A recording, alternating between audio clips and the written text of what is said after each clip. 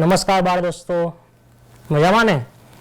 આગળના ભાગમાં આપણે જોયું કે જનજાતીય સમુદાય, આદિવાસી સમુદાય તેમજ ભારતમાં જનજાતીય સમુદાયના મુખ્ય ક્ષેત્રો વિશે આપણે અભ્યાસ કર્યો, તેમજ આદિવાસી જનજાતીય સમુદાયોના સંસ્કૃતિ અને તેના વિશે આપણે અભ્યાસ કર્યો. તો હવે ભારતની એવી કેટલીક જનજાતીય સમુદાયના વિસ્તારો છે તેના વિશે આજે આપણે અભ્યાસ કરીશું. તો સૌપ્રથમ આપણે ગોંડ અને અહોમ જે જનજાતિ છે એના વિશે અભ્યાસ કરીએ. તેમાં સૌપ્રથમ આપણે ગોંડ જનજાતિ અને તેના વિસ્તાર અને એ જાતિ વિશેનો અભ્યાસ કરીશું. તો અહીંયા તમે નકશાની અંદર ગોંડ જનજાતિનો જે વિસ્તાર છે એ વર્તુળ જે કરેલું છે, લંબ વર્તુળ, એની અંદર તમે જોઈ શકો છો. તો ભારતની અંદર ભારતના ગોંડવાના નામના વિશાળ વન પ્રદેશમાં રહેનારી પ્રજા એ ગોંડ પ્રજા તરીકે ઓળખાય છે, જે મધ્યપ્રદેશ, છત્તીસગઢ અને એની આસપાસનો જે વિસ્તાર છે એ ગોંડવાના પ્રદેશ તરીકે જાણીતો છે. અને ત્યાં એ વન પ્રદેશ આવેલો છે. ત્યાં આ ગોંડ જાતિનો જે સમુદાય છે એ આદિકાળથી વસવાટ કરતો આવતો જોવા મળે છે, જે ભારતની જૂની જનજાતિઓ પૈકીની એક છે. એટલે કે સૌથી જૂની જે આદિવાસી જનજાતીય સમુદાયો છે એમાં આ જે ગોંડ જનજાતિ છે એ ખૂબ જ જૂની અને આદિકાળથી આ જગ્યાએ વસવાટ કરતી આવેલી જોવા મળે છે. સ્થળાંતરિત ખેતી કરતા નાના કુળોમાં વહેંચાયેલી આ વિશાળ ગોંડ જાતિમાં પ્રત્યેક કુળનો એક રાજા હતો. તો આ જે ગોંડ જનજાતિની અંદર એ સ્થળાંતરિત ખેતી કરતા, એક જગ્યાએથી બીજી જગ્યાએ ખેતી કરવા માટે સ્થળાંતર કરતા, અને એમાં પ્રત્યેક કુળની અંદર એક રાજા રહેતો હતો. અકબરનામામાં નોંધાયું છે કે ગઢકટંગાના ગોંડ રાજ્યમાં 70,000 જેટલા ગામડાઓનો સમાવેશ થતો હતો. એટલે આ અકબરનામાની અંદર ઇતિહાસકારે નોંધેલું છે કે જે ગઢકટંગા નામનું જે ગોંડ સામ્રાજ્ય હતું એની અંદર 70,000 જેટલા ગામડાઓનો સમાવેશ થતો હતો. અહીંયા આપણે સ્થળાંતરિત ઝૂમ ખેતી વિશે જોઈએ કે આ પ્રકારની જે ખેતીમાં જંગલોમાં જે વૃક્ષો હોય તેને કાપીને અને સળગાવીને એ જમીન તૈયાર કરવામાં આવે છે, સાફ કરવામાં આવે છે, અને પછી એ ખેતીલાયક જમીનની અંદર ખેતી કરવામાં આવે છે. ખેતીલાયક બનાવીને એની અંદર ખેતી કરવામાં આવે છે. 16મી અને 17મી સદીમાં ત્યાં આ રીતે ખેતી કરવામાં આવતી હતી. 2-3 વર્ષ ખેતી કર્યા બાદ જમીનની ફળદ્રુપતા ઘટતા આ વિસ્તાર છોડી દઈને બીજી જગ્યાએ આ જ રીતે ખેતી કરવામાં આવતી હતી. અને ખેતીના આ જે પ્રકાર છે એને સ્થળાંતરિત ખેતી અથવા ઝૂમ ખેતી તરીકે ઓળખવામાં આવતી હતી. ગૌણ જાતિના લોકોની રાજવ્યવસ્થા કેન્દ્રીકૃત હતી. એટલે કે તેઓ કેન્દ્રીયકૃત વ્યવસ્થાને આધીન પોતાનું જે આખું જે વહીવટી તંત્ર છે એ ચલાવતા હતા. તેમનું જે રાજ્ય છે એ ગઢમાં વહેંચાયેલું હતું. એટલે પ્રત્યેક ગઢ પર એક ખાસ ગૌણ કુળનું આધિપત્ય હતું. એટલે એમનો જે વિસ્તાર હોય એને ગઢ તરીકે ઓળખવામાં આવતો, અને એ ગઢ ઉપર એ ગોંડ જનજાતિના જે મુખ્ય કુળો છે એ કુળમાંથી એ કુળનું જ આધિપત્ય એટલે કે વર્ચસ્વ રહેતું જોવા મળે છે. દરેક ગઢ એ 84 ગામોના એક એકમમાં વહેંચાયેલો હતો. એટલે કે આ દરેક ગઢ છે એ 84 ગામો ભેગા થઈને એક ગઢ બનતું, જેને આપણે 84 તરીકે ઓળખીએ છીએ. દરેક 84 એ 12 ગામના એક પેટા એકમ બારહોતમાં વહેંચવામાં આવતી. એટલે આ જે ગઢ 84 ગામોના બનેલા હોય તેને 12 ગામના એક સમૂહની અંદર પણ ફરીથી પાછું વહેંચવામાં આવતું અને એને બારહોતોમાં વહેંચવામાં આવે છે એમ કહેવામાં આવે છે. મોટા રાજ્યોના ઉદય સાથે ગૌણ સમાજમાં પણ પરિવર્તન આવ્યું. એટલે કે તે સમયગાળા દરમિયાન ગૌણ સમાજ કરતાં પણ બીજા જે સમાજો હતા એનાથી મોટા જે રાજ્યો હતા અને એની અંદર જે સમાજ હતા એ સમાજની સાથે સાથે આ ગૌણ સમાજની અંદર પણ પરિવર્તન આવ્યું. એના સાથે સાથે તો એમની જે મૂળભૂત રાજપૂત તરીકેની જે માન્યતા મેળવવા માટે ગઢકટંગાના ગૌણ રાજા અમનદાસે સંગ્રામ શાહની પદવી ધારણ કરી. એટલે કે મૂળભૂત રાજપૂત રાજા તરીકેની માન્યતા મેળવવા માટે તે પોતે તો જનજાતીય આદિવાસી સમુદાયના ગોંડ જનજાતિના લોકો હતા, પરંતુ તે રાજપૂત રાજા બનવા માટે એમને સંગ્રામ શાહની પદવી ધારણ કરી. તો સંગ્રામ શાહના પુત્ર દલપતે મહોબાના ચંદેલ રાજપૂત રાજાની પુત્રી રાજકુમારી દુર્ગાવતી સાથે લગ્ન કર્યા. આ ચિત્રમાં તમે રાણી દુર્ગાવતી જોઈ શકો છો કે જે ચંદેલ રાજાની પુત્રી હતી અને રાજકુમારી હતી. તો એ સંગ્રામ શાહના જે પુત્ર હતા દલપત એ આ મહોબાના ચંદેલના જે રાજા હતા એની પુત્રી સાથે લગ્ન કરે છે. તો યુવાન વયે જ આ દલપત રાજાનું અવસાન થાય છે અને દુર્ગાવતીએ 5 વર્ષના પુત્ર વીર નારાયણના નામથી શાસન સંભાળ્યું. એટલે કે જે આ દલપત રાજા નાની વયે મૃત્યુ પામે છે, એટલે એનો જે નાની ઉંમરનો જે પુત્ર છે સગીર વયનો 5 વર્ષનો વીર નારાયણ, તો એના નામથી એની જે માતા છે દુર્ગાવતી એ શાસનની ધુરા સંભાળે છે. અને તે સમયના જે અન્ય સમાજના જે અથવા તો તે સમકાલીન સમયમાં જે રાજાઓ મુઘલ સામ્રાજ્ય જે હતું એ અસ્તિત્વમાં હતું અને એ મુઘલ રાજાઓ સાથે એમને વારંવાર સંઘર્ષમાં પણ ઉતરવું પડતું હતું. તો 1565માં આસિફ ખાનના નેતૃત્વ હેઠળની મુઘલ સેનાએ દુર્ગાવતીને હરાવી. એટલે કે આપણે જાણીએ છીએ કે 1556 થી 1605 સુધી મુઘલ સમ્રાટ અકબરનું શાસન હતું અને એના સમયગાળા દરમિયાન આ 1565માં આસિફ ખાન નામનો જે એનો સેનાપતિ છે એ આ ગોંડ જનજાતિના આ સમુદાય ઉપર હુમલો કરે છે અને આ દુર્ગાવતી જે છે એને હાર આપે છે. અને આ યુદ્ધની અંદર રાણી અને તેમનો પુત્ર લડતા લડતા વીરગતિ પામે છે. ગઢકટંગાના રાજ્યએ હાથીઓના વેપાર દ્વારા પુષ્કળ ધન કમાયું હતું.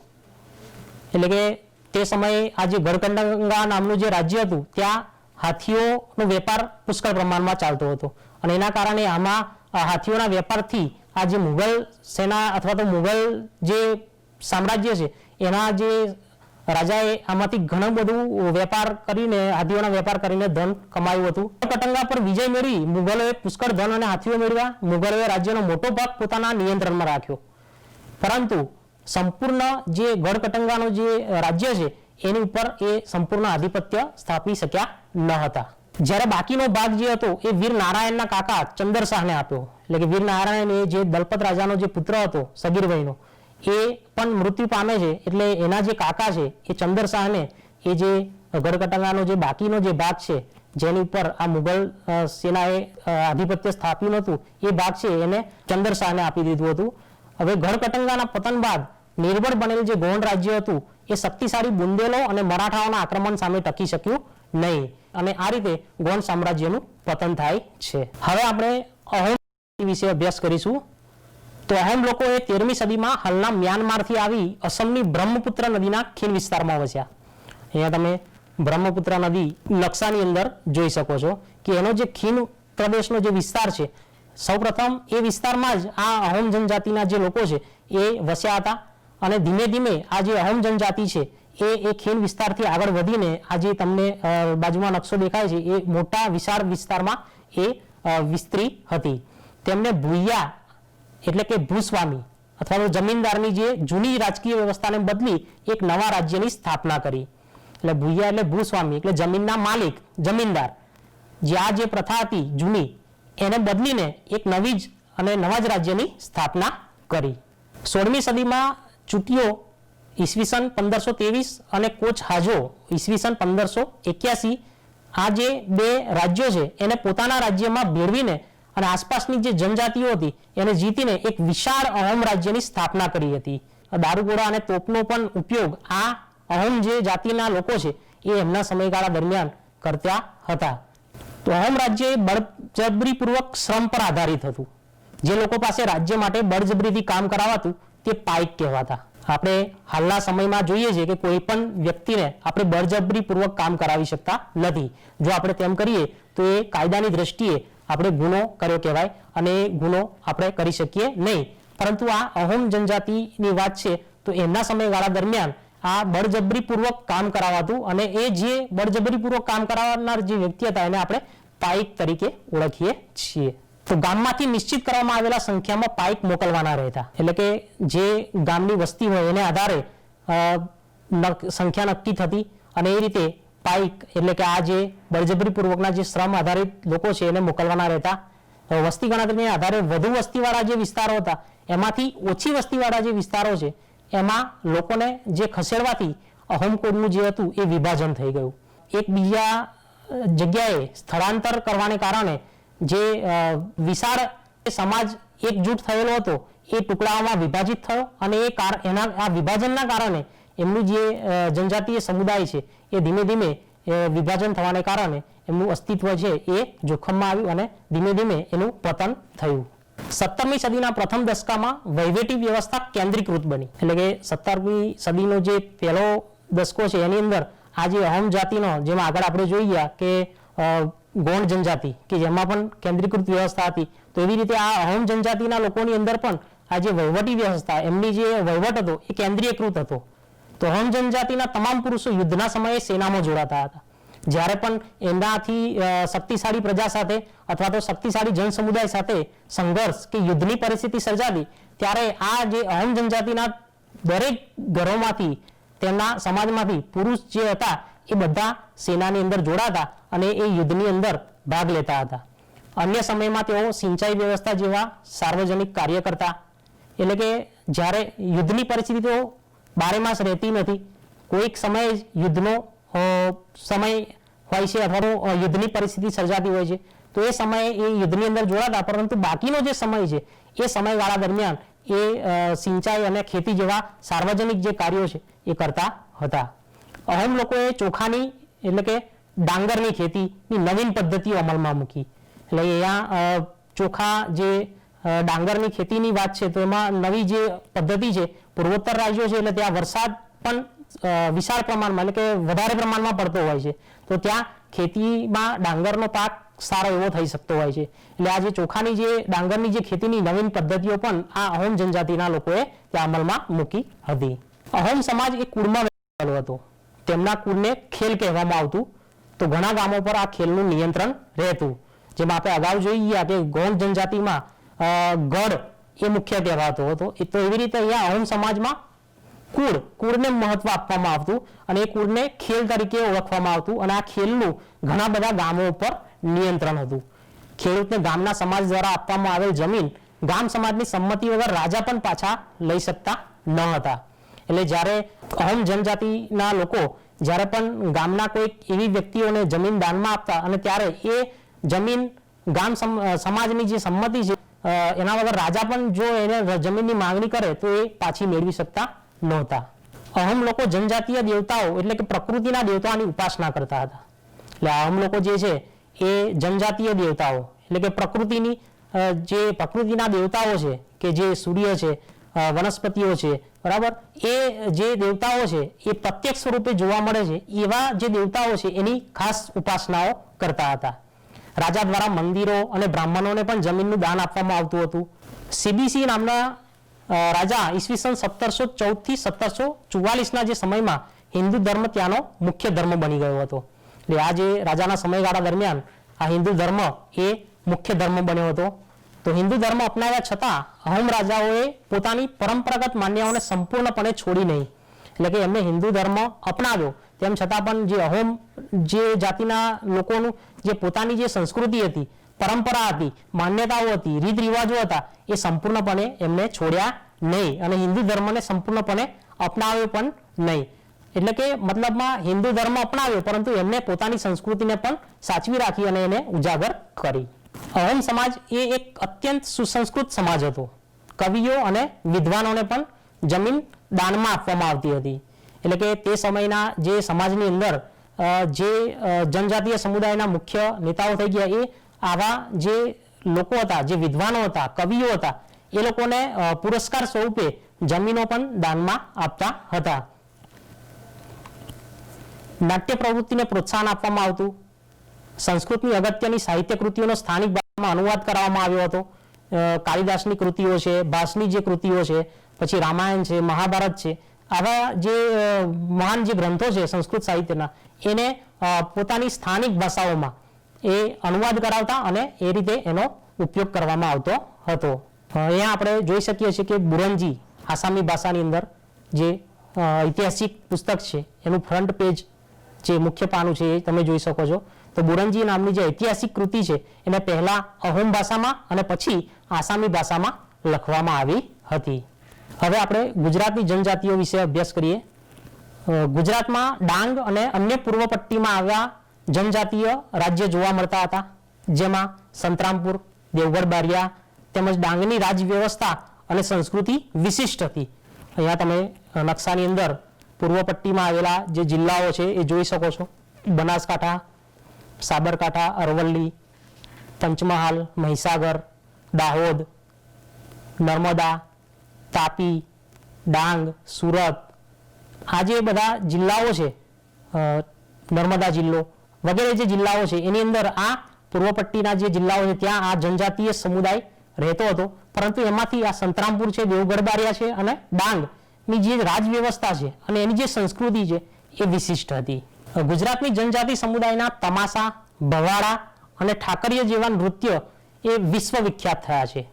એટલે કે આ જે આદિવાસી જનજાતીય સમુદાયના જે નૃત્ય છે એ છે તમાશા, ભવાડા અને ઠાકરિયા, એ ફક્ત ગુજરાત જ નહીં, ભારત જ નહીં, પરંતુ વિશ્વની અંદર ખ્યાતિ પામ્યા છે. ગુજરાતની જનજાતિ સમુદાયનું ઠાકરિયા નૃત્ય જે ડાંગી નૃત્ય કળાનો જ એક ભાગ છે, જે અહીંયા ચિત્રમાં તમે જોઈ શકો છો, જેમાં આપણે વિડીયો નિહાળીશું. પ્રકૃતિ તત્વ માટે નમન ગીત ગવાય છે અને પછી જ બીજા ગીત ગવાય છે, જેમ કે માજા નમન રે ધરતી માતાલા, दूसरा नमन गांवतरी माताला, तीसरा नमन कनसरी माताला, चौथा नमन नागू देवाला, पांचवा नमन वाघू देवाला, छठवा नमन चांद सूर्याला, सातवा नमन रे येल जनताला. આમ પ્રકૃતિની પૂજા બાદ ઠાકરિયા નૃત્ય પૂરા જોશ અને ઉત્સાહથી કરવામાં આવે છે. સામાન્ય રીતે આ નૃત્યમાં ઢોલક સાથે તેલનો ડબ્બો વાદ્ય તરીકે ઉપયોગમાં લેવાય છે. માત્ર આ બે પ્રકારના વાદ્યના સૂર અને તાલની ગતિ સાથે આ નૃત્ય થતું હોય છે. ઢોલકની દરેક થાપે કલાકારો આંગિક કસરતો રજૂ કરતા હોય છે. આ નૃત્ય માત્ર ભવ્ય જ કરતા હોય છે. નાચવાવાળા પગમાં ઘૂંઘરું બાંધી પ્રથમ ઊભા અને પછી વીરાસન દ્વારા ગોળાકાર નૃત્ય કરે છે. આ એક એવું નૃત્ય છે કે જેમાં નૃત્યની સાથે રામાયણ મહાભારતના પ્રસંગો વર્ણવતા, તેમાં સૂર્ય, ચંદ્ર વગેરેનું વર્ણન કરતા ગીતો, ચડ ઉતાર એટલે કે સવાલ અને જવાબ મુજબના ગીતો ગવાય છે. ખૂબ જ મજા આવી હશે તમને. આ નૃત્યની તમે વિશેષતા જોઈ, નોંધ કરી તમે કે આ નૃત્ય જે છે એ ફક્ત પુરુષો જ કરે છે. બીજું કે આ નૃત્યમાં તમે વાજિંત્રો પણ એકદમ ઓછી સંખ્યામાં હતા. જોયું કે એક ઢોલક હતું અને એક ડબ્બો હતું, અને તમે નૃત્યમાં ઝીણવટપૂર્વક જોયું હશે તો તમે અનુભવ્યું હશે કે જેમ ઢોલકનો તાલ થતો હતો એમ જ એ જે નૃત્ય કરનાર લોકોના જે પગ છે એ ચાલતા હતા નૃત્યની અંદર. એ ખાસ બાબત છે. એટલે કે આ નૃત્યની અંદર એ વાજિંત્ર પણ ખૂબ મહત્વના છે વગાડવાના, અને એના તાલથી જ આ નૃત્ય આખું થતું હોય છે અને એમાં ઉત્સાહ અને ઉમંગ ભરાતો હોય છે. અને એ મુખ્ય જે વાજિંત્ર છે ઢોલ છે, અને ઢોલનો જે તાલ છે એ છે. તો આમાં તમને વિડીયોમાં આ નૃત્ય જોવાની ખૂબ જ મજા આવી હશે. હવે આપણે આગળ જોઈએ. ડાંગ દરબાર. ડાંગ દરબાર પ્રતિવર્ષ ભરાય છે, જેમાં રાજાઓને વર્ષાસન આપવામાં આવે છે. એટલે કે આ ડાંગ દરબાર દર વર્ષે માર્ચ મહિનાની અંદર, એટલે કે હોળીના સમયગાળા દરમિયાન ડાંગ દરબાર ભરાતો હોય છે, અને તેમાં જે ડાંગી રાજાઓ છે તેમને વર્ષાસન આપવામાં આવે છે, એટલે કે વાર્ષિક પેન્શન આપવામાં આવે છે. હોળીના તહેવાર દરમિયાન આ ડાંગ દરબાર યોજવાની શરૂઆત લગભગ વર્ષો પહેલા અંગ્રેજોના શાસનકાળથી થયેલી હતી, અને જે પરંપરા આજે પણ ચાલુ છે. સરકારે ડાંગી રાજાઓને અને નાયકોને તેમના હકના બદલામાં વંશ પરંપરાગત સાલિયાનું આપવાનું નક્કી કર્યું, જે પરંપરા આજે પણ ચાલુ છે. આ સાલિયાનું એટલે કે વાર્ષિક પેન્શન, જે અંગ્રેજ શાસનકાળ સમયથી અંગ્રેજ સરકારે આ ડાંગી રાજાઓને આ વાર્ષિક જે સાલિયાનું છે, પેન્શન છે, એ આપવાનું શરૂ કર્યું હતું. જે પરંપરા આજે પણ દર વર્ષે ડાંગના જે વહીવટી તંત્ર છે એના દ્વારા, એના કલેક્ટર દ્વારા આ ડાંગ દરબારનું આખું આયોજન થાય છે દર વર્ષે. અને જે માન સન્માન સાથે આ જે ડાંગી રાજાઓ છે એ એમની શોભાયાત્રા કાઢવામાં આવે છે, અને બગી અથવા તો હાથી ઘોડા ઉપર બેસાડીને એમને નગરની અંદર ફેરવવામાં આવે છે, અને પછી એ આ 2-3 દિવસ સુધી આખો કાર્યક્રમ ડાંગ દરબારનો ચાલતો હોય છે. અને આ પરંપરા વર્ષોથી જે ચાલી આવી છે એ ફક્ત આપણા ગુજરાતની અંદર આ ડાંગની અંદર જ એવું છે કે જે આ વાર્ષિક પેન્શન સરકાર તરફથી રાજાઓને આપવામાં આવતું હોય. બીજે ક્યાંય આવા રાજાઓને વાર્ષિક જે સાલિયાનું છે એ આપવામાં આવતું નથી. તો આ જે ડાંગ દરબાર ભરાય છે એમાં વિવિધ પ્રકારના જે ડાંગી નૃત્ય છે, પછી આદિવાસી નૃત્ય કલાઓ છે, અને આદિવાસી જે લોકનૃત્યો છે એ ભજવવામાં આવતા હોય છે અને એ આદિવાસી સમુદાય દ્વારા વિવિધ પ્રકારના નૃત્યો દ્વારા લોકોનું મનોરંજન પણ કરવામાં આવે છે. કે ડાંગી નૃત્ય કરતા જે આદિવાસી સમુદાયના જે સ્ત્રીઓ અને પુરુષો છે એ તમે જોઈ શકો છો. તો આવું જ એક ડાંગી જે લોકનૃત્ય છે એનો આપણે વિડીયો જોઈશું.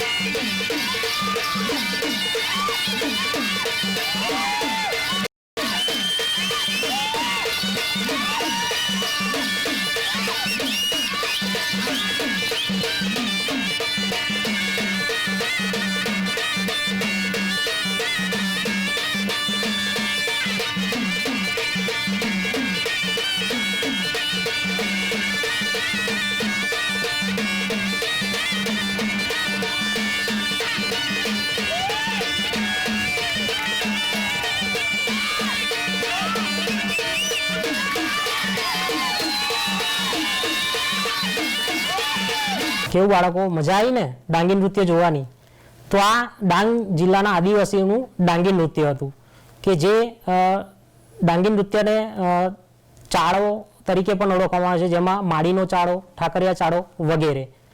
આ નૃત્યની અંદર 27 પ્રકારના જુદા જુદા ચાળાઓ કરવામાં આવે છે અને એ મોર, ચકલી, કાચબો અને બીજા અન્ય જે તાલ છે એ ભજવવામાં આવે છે. અને એ રીતે આ નૃત્યની અંદર જુદા જુદા ઢોલ, મંજીરા, પાવરી વગેરેનો વાજિંત્ર તરીકે ઉપયોગ કરવામાં આવે છે અને એ ઢોલના તાલે આ સ્ત્રીઓ અને પુરુષો એકબીજાના ખભે ખભા પર હાથ મિલાવીને ઉપર ચડીને એકબીજાના ખભા ઉપર આ રીતે નૃત્યનો તાલ જુદા જુદા ચાળાઓ તરીકે કરતા હોય છે. તો હવે આપણે જોઈએ કે બદલાતા સમયની નવી જનજાતિઓનું માળખું. તો અહીંયા 16મી અને 17મી સદી સુધીના જનજાતિના ઇતિહાસને આપણે સમજવાનો પ્રયત્ન કર્યો. કાળાંતરમાં અનેક જનજાતિઓમાં વ્યાપક પરિવર્તનો આવ્યા. વર્ણ આધારિત સમાજ અને આદિવાસી સમાજના લોકોના એકબીજાના સાથેના સંપર્કને કારણે આ બંને સમાજની અંદર પરિવર્તન આવ્યું. વિવિધ જનજાતિઓએ જુદી જુદી આજીવિકા અપનાવી.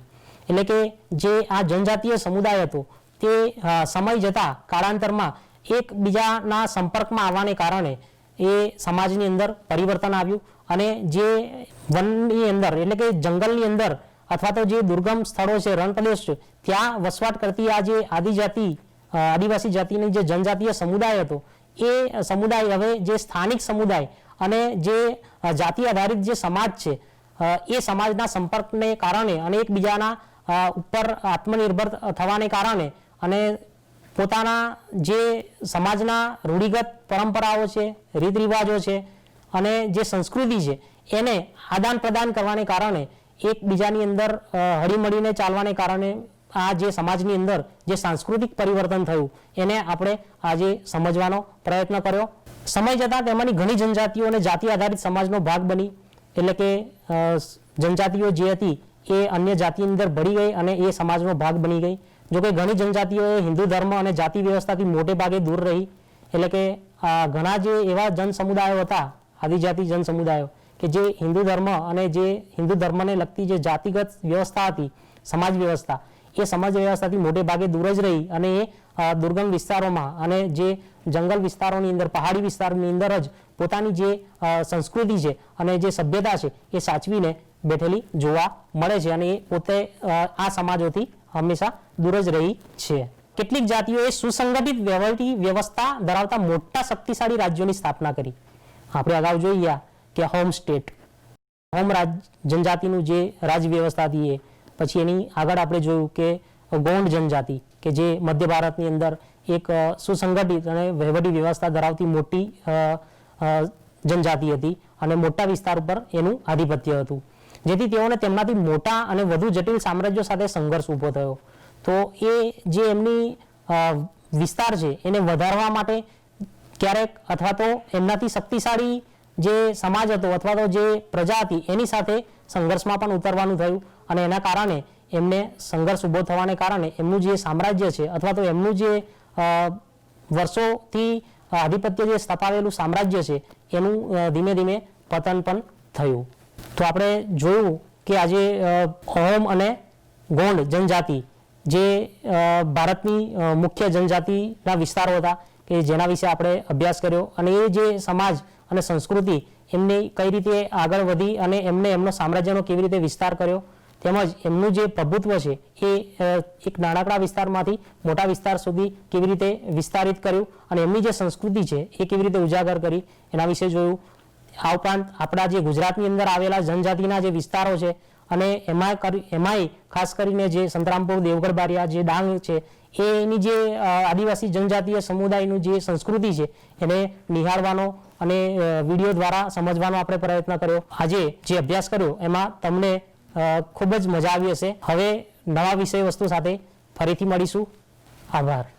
ચલો હવે આપણે આજનો પ્રશ્ન જોઈ લઈએ. તો આજનો પ્રશ્ન છે, ગુજરાતના કયા જિલ્લાના રાજાઓને વર્તમાન સમયમાં સરકાર દ્વારા પ્રતિવર્ષ સલિયાણું આપવામાં આવે છે? એ પંચમહાલ, બી દાહોદ, સી વલસાડ કે ડી ડાંગ? તમને આ પ્રશ્નનો જવાબ આવડતો હોય તો નીચે આપવામાં આવેલ ટોલ ફ્રી નંબર ઉપર ફોન કરીને આ પ્રશ્નનો જવાબ તમારે જણાવવાનો રહેશે, જેની અંદર તમે તમારા માતા પિતા, ભાઈ બહેન અને વડીલોનું માર્ગદર્શન લઈ શકો છો.